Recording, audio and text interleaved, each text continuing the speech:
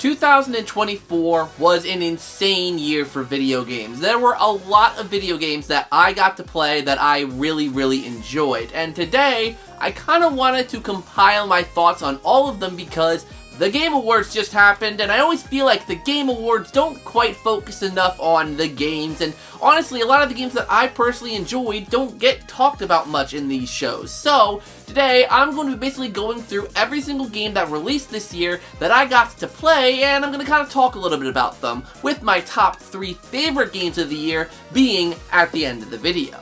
Keep in mind that obviously there's going to be a lot of games that came out this year that I'm not going to talk about. There are games I actually really wanted to play, like Silent Hill 2, that I didn't get to, so as much as I would love to talk about it, I can't quite yet, because I haven't played it yet. And then there's other games, like Concord, that, yeah, I literally can't talk about it because you can't play it anymore. So what I'm gonna do, like I said, is talk about the games that I've played. So if there's any that I miss, don't freak out, it's just that I haven't played them. So, if you guys enjoyed this video, definitely make sure to drop a like and subscribe, all of that stuff down below, and without any further ado, let's get right on into the video. So let's start off with 3 Nintendo titles. I'm just gonna bang 3 Nintendo titles all out in a row because I don't have too much to say about them. The first of which is going to be Princess Peach Showtime. Princess Peach Showtime came out earlier this year, and I honestly kind of forgot that it came out. Not that it was a bad game, but it was just a game that I think Nintendo just wanted to put out a smaller, simpler title, and of course, since it's a Mario game, of course, you know, people are going to be interested in it. Now, while I haven't beaten the game, I can say that I do think some of the puzzles are really cute and creative. I like the character design, the story, while being simple, is still pretty cute, and I think it is a pretty fitting game for Princess Peach, and if you're wanting to, you know, play a simpler platformer / puzzly kind of game this holiday season, I still think that this is one worth getting. Next up, chronologically, at least for this year's releases, I'm going to talk about Paper Mario the Thousand Year Door. This is a faithful remake, remaster, whatever you want to call it, of the original GameCube classic, and I think it recreates this game very faithfully with some modernizations that people may or may not like. I don't know. There's nothing really crazy that they changed about this, and that's the thing that I think makes this game really good. It doesn't change too much from the original game, but it does modernize it in a lot of ways, specifically with the visuals, obviously. The visuals of the game now are really freaking good. And I definitely think it is worth picking up if you are a fan of the Paper Mario games, or even just RPGs in general. It is a very good RPG game that I think many people will enjoy. And lastly, of the Nintendo Rapid Fire, speaking of RPGs, I'm going to be talking about Mario and Luigi Brothership. Now, I have not beaten this game, so I cannot speak too much of it, but what I will say is that it is a very charming Mario and Luigi RPG game. Now, it does feel very different than the previous Mario and Luigi games in a lot of ways. There's a lot of changes that they made, specifically to how you control Mario and Luigi, and well, specifically Luigi, and there's a lot in this game that makes it feel a little different than the games in the past. It's a little slower paced, in my personal opinion. The story isn't as grand, at least from what I've played, but from what I'm hearing from other people, is that the game really does pick up the further you get along in it, and that it really is worth a playthrough. So, if you like RPGs and don't mind a little bit of a slow start, I feel like this game is probably one that's safe to recommend. Alright, let's switch away from Nintendo for a second and talk about a horror game that I got to play earlier this year, and that is The Casting of Frank Stone. Now, this is developed by Supermassive Games, the geniuses behind Until Dawn, but this game combines, you know, the storytelling nature that Supermassive Games do with their games, and combines it with the world of Dead by Daylight. And I feel like, honestly, this is probably one of their weaker entries, one of their weaker titles.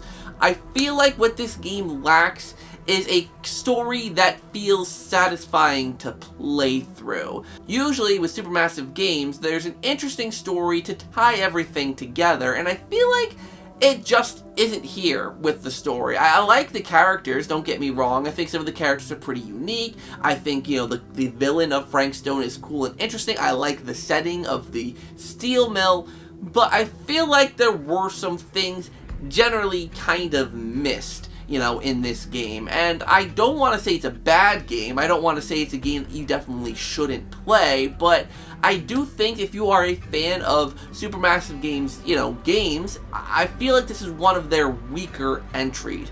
And it's also probably one of their shorter ones. I mean, its length is about as long as any of the Dark Pictures Anthology titles, which for the Dark Pictures Anthology is usually okay because they release those pretty frequently.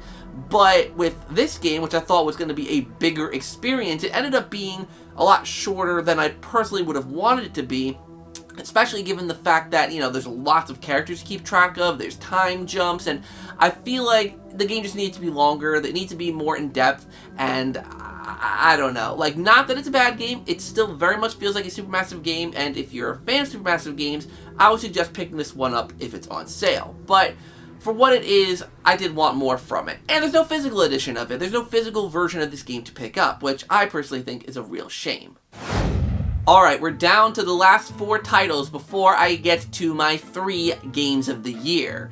And this one, I feel like, might surprise people that isn't in the top 3. And that is Luigi's Mansion 2 HD. Now, yes, it is a Luigi's Mansion game. I love Luigi's Mansion, but I feel like the problem with this game is that it's Luigi's Mansion 2. It's not the first game, which is my favorite, and a lot of the problems that I had with Luigi's Mansion 2 that I had back on the 3DS, I still have here. Now, yes, this is better than the original Luigi's Mansion 2. It's got better controls, obviously it looks a lot better, and it's just nice to be able to play the game in HD, on my TV, all that jazz, but the problems I have with Luigi's Mansion 2 were more than just that.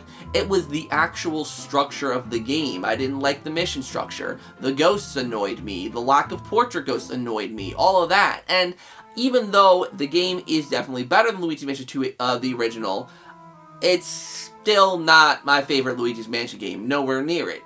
I've had discussions in my head if I like it more than Luigi's Mansion 3. That's a discussion for a different video. But, I mean, if you're a fan of Luigi's Mansion, then it's an obvious pickup to be able to play this game on your TV, you know, be able to stream it if you're a content creator, you know, way more easily at least than if you play it on a 3DS, but at the end of the day, it's still Luigi's Mansion 2, and I know Nintendo and Next Level Games learned a lot of lessons from this game and implemented, you know, the results of those lessons in 3, but just kind of going back to this one, I don't know, it's still Luigi's Mansion 2 at the end of the day. Alright, so we're going to be talking about the last 3 games. Now, keep in mind that these 3 games I'm actually going to be putting in order. So these last 3 are in order of, you know, number 3, number 2, number 1. The other ones, not necessarily in order. So number 3 for my game of the year is going to be Life is Strange Double Exposure. Now, Life is Strange Double Exposure, I love this game with every fiber of my being. I think that, you know, I love the mechanic of being able to shift between the 2 different realities. I like the pulse ability of being able to peek into the, you know, other reality, and there were some really interesting puzzles that came from it. But I feel like the only thing that's keeping this game from being number 2 or number 1 has to be the story. I feel like the story, I don't want to say it falls flat, I don't want to say it's bad, but I feel like the story was missing something. Every other Life is Strange game in the past, you know, including ones that Deck 9 have made, like True Colors, and even before The Storm, those games all had real emotional moments. There were things in those games that happened that really hit you in the emotions. And specifically with Life is Strange 1 and 2, which were developed by Don't Nod, those games really, like, they pushed a lot of boundaries in terms of talking about different social things of what's, you know, of life, and they really pushed a interesting, emotional story that felt real while also having a lot of the moments of the, you know, paranormal and, you know, all the stuff with the powers. And I feel like with Life is Strange Double Exposure, there aren't really any of those emotional moments. I mean, yes, Safi dies, you know, that's like, you know, it's a horrible thing, but you don't really feel any emotion from it, and the fact that she's still alive, technically, you don't really get any emotion. And even in the ending bits, in the final chapters, which I won't spoil too much since the game is still kind of newer, it impacts you emotionally, but I feel like they could have done a little bit more. And that's literally my only problem with the game, is the story. You know, like, not that it's bad, like I said, but I just wanted a little more from it, and I really hope that future entries in the Life is Strange series do tackle a little more of the emotional stuff, the really hard stuff, you know, the hard decisions from the previous games, because the decisions in this game didn't feel as hard. It wasn't like the first game where you had to choose to sacrifice Chloe or sacrifice Arcadia Bay, or like Life is Strange 2, where, you know, when you get to the border going to Mexico, you know, how you proceed there and the choices you make on turning yourself in, you know, how, you know, all that goes down. Like, those hard decisions, I feel like, were some of the things that made those games, and this game just didn't have it. But like I said, I think the rest of the game is nearly perfect. I love Max as a character in this game. I felt the controls were really good. I liked the powers. I liked all of that. It was just the story. That was the one thing that fell flat, and I really hope that the next Life is Strange game really focuses more on the story and does a little more with it. So, here's to hoping. Number 2 for my game of the year is going to be the Until Dawn remake. Now, yes, having a remake on here is a bold choice, but I mean, if they can put DLC as a nominee in the Game Awards, I could have a remake on my game of the year. Now, Until Dawn's remake, I think, is almost a perfect remake. What I love about it is that it does not change too much from the original. The original story, the original game is still very much there. It's still got a lot of the charm and a lot of the character that the original game had. But it offers some modernizations in how it controls, obviously how it looks, and I feel like it is a really well put together package. The one thing that holds us back from being in the first place spot was a lot of the kind of smaller little issues that I had with it, particularly some of the bugs that I faced, and some of the quality of life improvements, or I guess not really quality of life, but things that they tweaked that I wasn't as big of a fan of, particularly how you navigated the totems.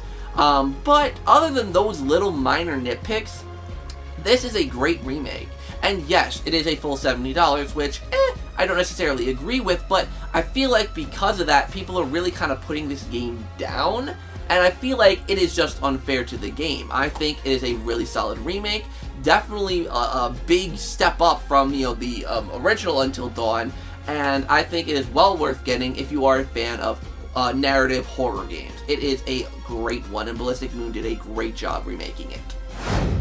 Alright, so, my game of the year, the game that I keep going back to, the game that above all else I've had the most fun with, has obviously, if you can't tell already, got to be Super Mario Party Jamboree. Now, people who are new to this channel might be like, what?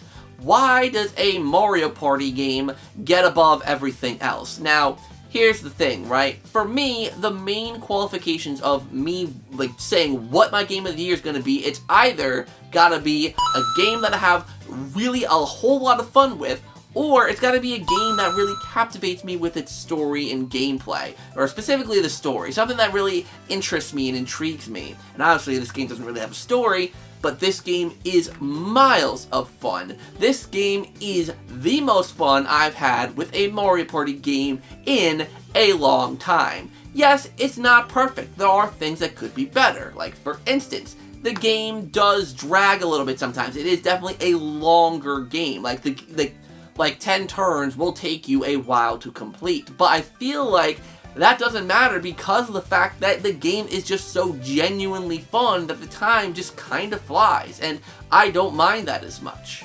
All the boards are at least good. Like, at least good. Nothing is bad in this game in terms of the boards. The mini games are fun, there's a lot of different modes for you to play, and I feel like it is the strongest entry in the Mario Party series for a long time. And I've been playing hours and hours and hours of it with all of my friends online. The online for this game is pretty dang good. I've only had a few matches where I've had disconnects, and it's mostly been with a stream where I was, playing with chat, and I feel like it just could have been the chat's internet or whatever. But regardless, this is my favorite game that's come out this year, hands down. It is so much fun, and honestly, I think it's better than Super Mario Party, the original, obviously, but I also think it's better than Mario Party Superstars. It is a top quality Mario Party game that I'd easily recommend to anyone looking for a fun family party game for the holiday season.